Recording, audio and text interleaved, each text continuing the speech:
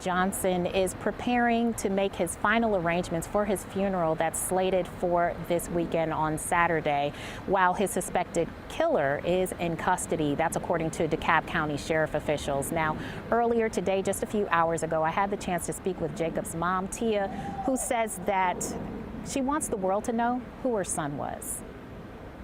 They didn't just rob him from us. They didn't just rob him, they robbed the world of my child. When Tia Morgan sent her son to work on July 15th at a DeKalb County IHOP, she had no idea that her kind, smart, and ambitious child would lose his life that day. DeKalb County Sheriff officials say 16-year-old Jacob Johnson was shot and killed by another teen who knew him. There wasn't no beef. This boy just did not like my son. So my son was only working there probably for a few months, and the news was reporting that this was his first summer job. No, Jacob's been working since he was 14 years old.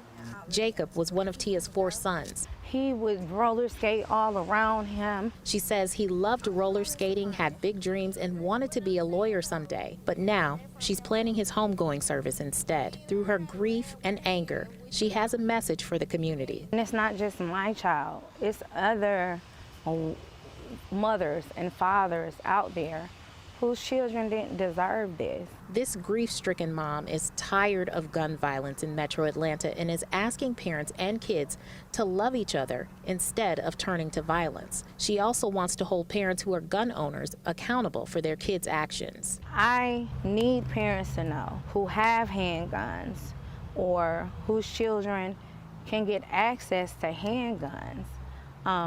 First and foremost, honestly, with what happened to my son, I feel like they should be charged as well.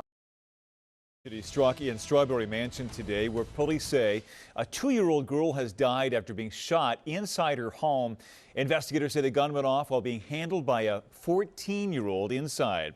Action News reporter Becca Hendrickson joining us now live outside police headquarters with the latest on what we learned today. Becca. Brian, this is a tragedy, but police say it's one that could have been prevented. Police say that gun was unsecured when the 14-year-old grabbed a hold of it and shot, killing his 2-year-old cousin.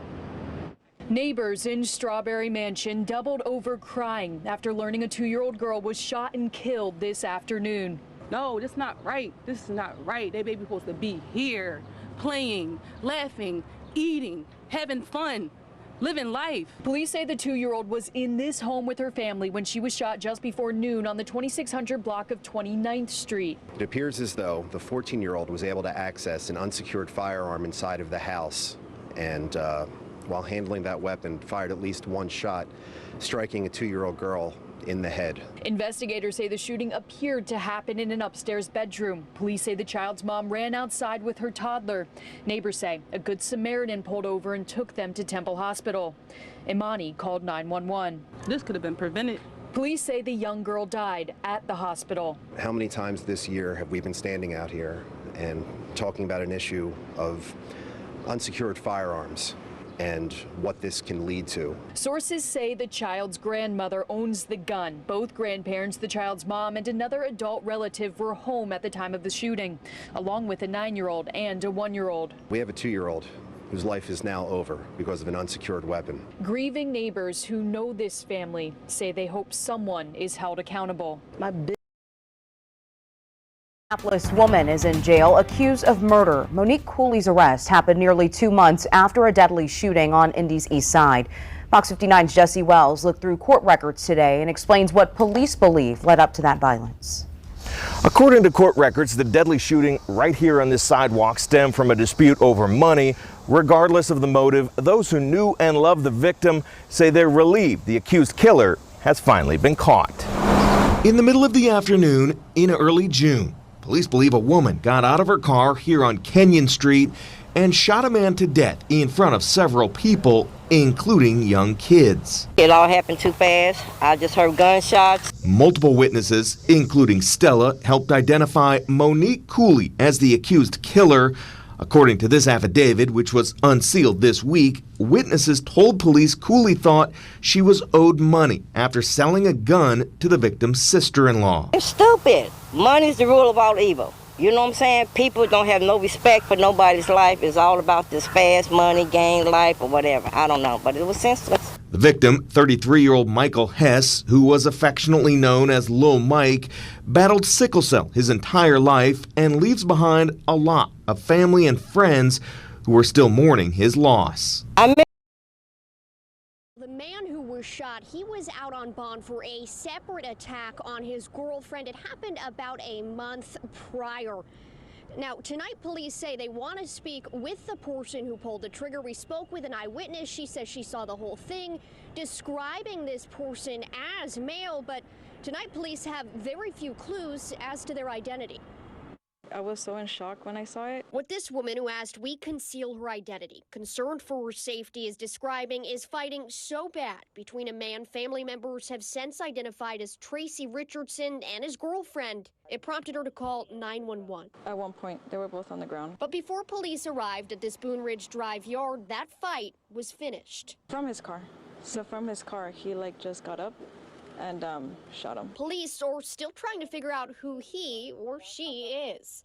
Sharing these photos of the shooter's silver car, attorney and legal analyst Steve Shellis says they may be able to argue self-defense of a third party, Richardson's girlfriend. I think it's a justifiable shooting based upon the information that I've read. According to police, Richardson was severely beating his girlfriend at the time. She was hospitalized after the attack and is having trouble seeing out of one eye.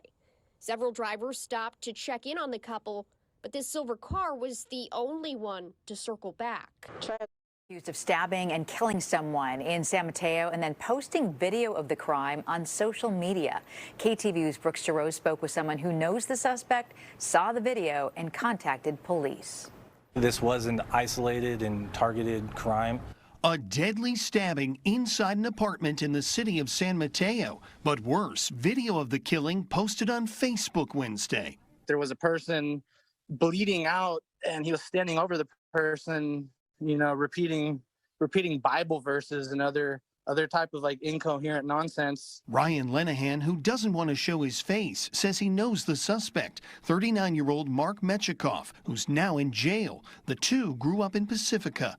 I left a comment on the video, I was like, man, you're sick. I hope you're in custody. This is ridiculous that you're posting this online. 2 hours later, Lenahan says he got a video call. It was Mechikoff.